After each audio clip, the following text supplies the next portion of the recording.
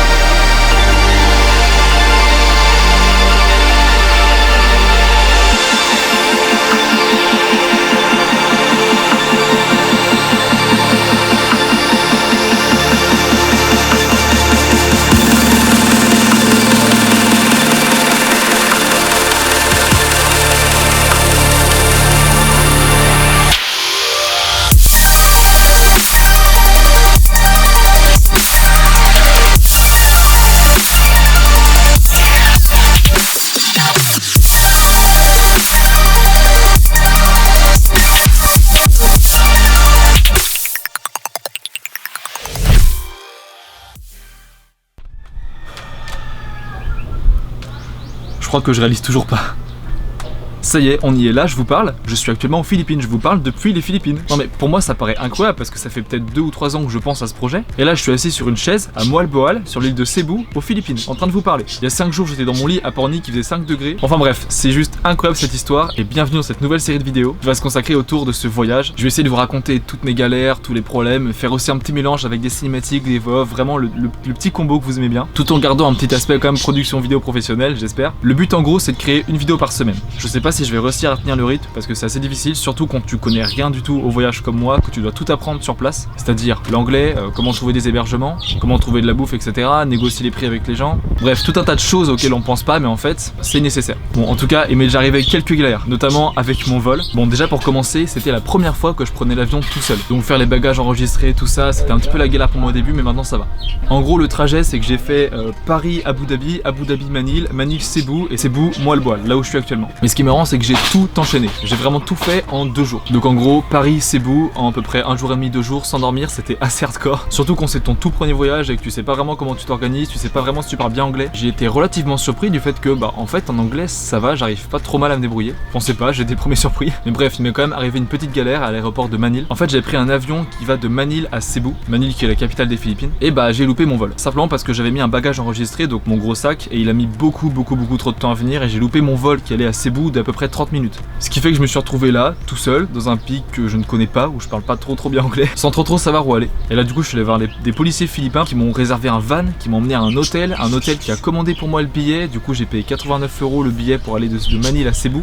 Ensuite ils m'ont pris un autre van pour aller à l'aéroport. Et j'ai finalement, à 4h du mat, pu avoir un nouveau vol qui m'a conduit à Cebu City. Et je suis arrivé à Cebu vers à peu près 6h du matin. Ça faisait déjà 2 jours que j'étais dans des avions. J'étais éclaté. Je me suis rendu à l'auberge de jeunesse que mon pote Pierre Poulain m'avait conseillé. C'était Hostel 7 à Cebu. Sauf que les propriétaires étaient pas là pour m'accueillir vu qu'il était 6h, 7h du mat. Et en plus la climatisation avait sauté d'après ce que les gens qui étaient là-bas m'ont dit. Donc là j'en ai eu un petit peu marre, j'étais éclaté de tout ce voyage là. J'ai donc pris un petit hôtel, ça m'a coûté 25 €, un petit peu cher. Mais j'ai pris la nuit pour me reposer, pour vraiment prendre mes marques et savoir un peu comment m'organiser. Bon, avant de continuer plus loin, il faut que je vous dise certaines choses. J'ai pas du tout envie de faire comme tout le monde en vous disant que le voyage c'est absolument beau, génial, magnifique, facile et pas cher. En fait c'est loin d'être une réalité et on a souvent tendance à le croire quand on voit plein de belles vidéos sur internet avec juste des paysages incroyables et des gens qui semblent vivre une vie de rêve. En fait la réalité c'est que ça n'a pas été facile. Déjà faut savoir que les Philippines c'est pas que des belles plages ou des palmiers, c'est pas non plus tout le temps incroyable et à couper les souffles. Au contraire, la première chose que j'ai vue en arrivant aux Philippines c'est Manille puis Cebu. Des grosses villes où c'est étouffant, pas très beau et la majorité des quartiers sont plutôt sales. Et surtout beaucoup d'inégalités. Des bidonvilles à côté des hôtels de luxe sous une chaleur étouffante, c'est les premières choses que j'ai vues en arrivant aux Philippines. Et je vais pas vous cacher que j'ai eu peur. Je me suis retrouvé là sans aucune expérience, en pleine ville, à devoir faire gaffe à pas me faire arnaquer par toutes les personnes qui m'ont interpellé parce que oui, avec une tête de touriste pareil, on m'a beaucoup parlé. Et surtout, je n'avais aucun repère, vu que c'est mon premier voyage. La vision de l'île paradisiaque était quand même sacrément loin de la ville où je suis arrivé. Bon, après tout ça, je le savais bien avant de partir. Un grand nombre de Philippins vivent dans ces villes et c'est une réalité. Un peu après, j'ai réussi à trouver un bus pour aller au village de Moalboal. D'ailleurs, ça a été un petit peu galère de trouver ce bus. Et là, enfin, j'ai pu apercevoir mes premiers beaux couchers de soleil avec des belles plages, des palmiers et voilà. En tout cas, si je vous dis tout ça, c'est absolument pas pour vous faire peur. En fait, dans les vidéos, je vais majoritairement vous montrer l'ambiance générale du pays, c'est-à-dire en effet les îles, les beaux paysages, des belles images quoi. Mais ne prenez surtout pas ça comme une représentation parfaite du pays. Il y a beaucoup de pauvreté, beaucoup de difficultés et d'inégalités. Et ça, il faut bien garder en tête que le voyage, c'est pas toujours rose. Ce que je veux, c'est juste que j'ai pas envie de mentir ni cacher les galères qui vont m'arriver, parce que j'ai aucune envie de faire genre que le voyage c'est juste rose et magnifique partout, parce que c'est pas le cas. Bon, rassurez-vous, il y a quand même beaucoup de positifs même largement plus de positifs que de négatifs quand on voyage, mais je tenais quand même à vous dire tout ça. En tout cas, je suis bien arrivé à Moalboal, j'ai même pu faire quelques beaux plans, notamment en drone et avec la caméra, et aujourd'hui, j'ai un truc de prévu qui est trop cool. Je vais partir avec une pote que je me suis fait sur place, et on va aller explorer les chutes d'eau, puis on va se rendre à Osman Peak. C'est un espèce de point de vue de fou, et on va essayer d'y aller au coucher du soleil. Bon allez, j'en dis pas plus, c'est parti.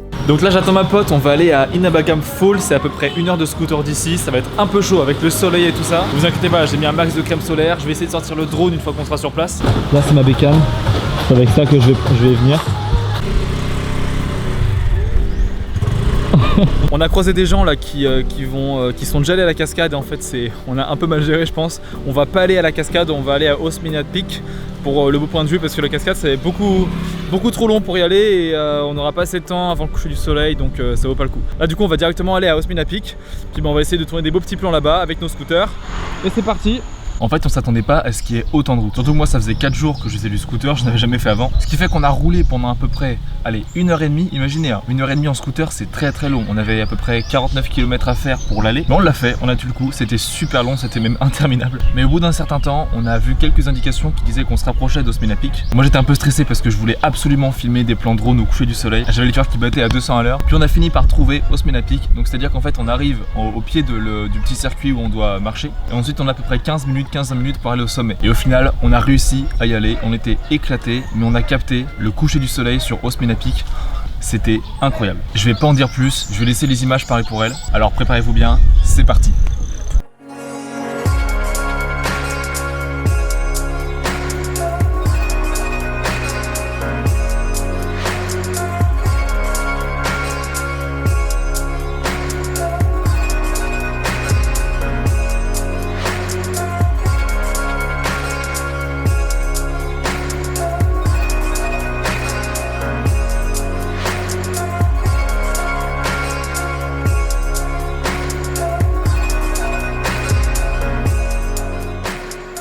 Jamais j'avais vu des paysages pareils. Ça paraissait presque irréel. Vraiment, si vous venez un jour sur l'île de Cebu, c'est un truc absolument à faire. Bon, après tout ça, j'étais vraiment ultra crevé. Alors je suis rentré me coucher, des images plein la tête, et je n'avais aucune idée de ce qui allait m'attendre le lendemain. Mais sincèrement, j'ai pas été déçu. Là du coup, au programme de la journée, je me suis fait un petit pote qui gère un restaurant ici.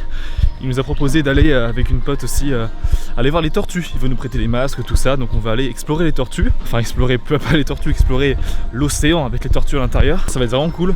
Je me suis pas encore baigné une seule fois ici, alors que ça fait déjà 4 jours que je suis là. Mais regardez-moi ce paysage qui m'entoure. C'est insane. D'ailleurs, si un jour vous venez à Moalboal, allez manger au restaurant The Good Place. Super restaurant, c'est une française en fait expatriée qui tient ça avec son copain et c'est génial, c'est hyper bon. Oh, say hello! Oh. Hello! Hello. Hello! Yeah. What's your name? Jay. Jay. You right here, going to Panagsama? Yes, and after we'll see the turtles. The turtles here? Yes, This right here? your friend. Je sais pas si vous avez vu, les gens sont ultra sympas ici, tout le monde s'arrête pour te demander comment ça va, ils te parlent. Enfin, on n'a pas l'habitude de ça en France, hein. Moi c'est un petit peu une surprise. Allez, on est presque arrivé au petit resto là. J'ai hâte de voir ces tortues. Le mec il m'a dit qu'il avait une GoPro, donc on va peut-être essayer de filmer avec sa GoPro parce que moi j'ai pas pu en prendre une avant de partir malheureusement. Bref, vraiment impatient de voir ça. Alors, donc là du coup on est bien arrivé, il nous a passé des palmes, un masque et tuba, faut qu'on essaye le matériel et puis après il va nous emmener voir les tortues, ça va être génial. Bon bah il faut croire que ça marche bien. Se retrouver là aux Philippines sur l'île de Cebu à nager avec des tortues et des sardines, vous imaginez le plan? Surtout que le mec qui nous emmenait on l'avait rencontré genre un jour ou deux auparavant. Bon je vais pas en dire plus et je vous laisse sur les belles images qu'on a pu filmer.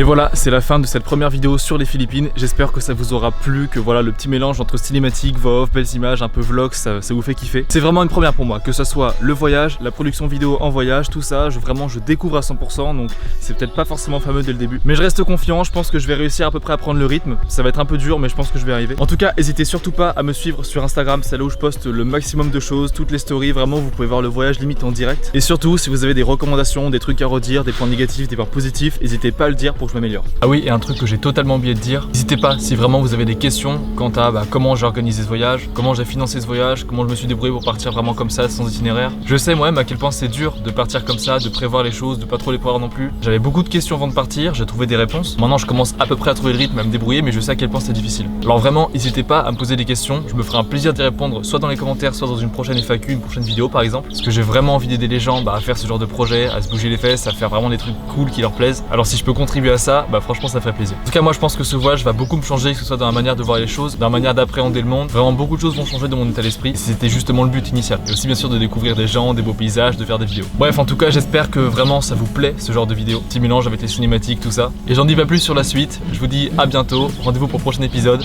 Ciao.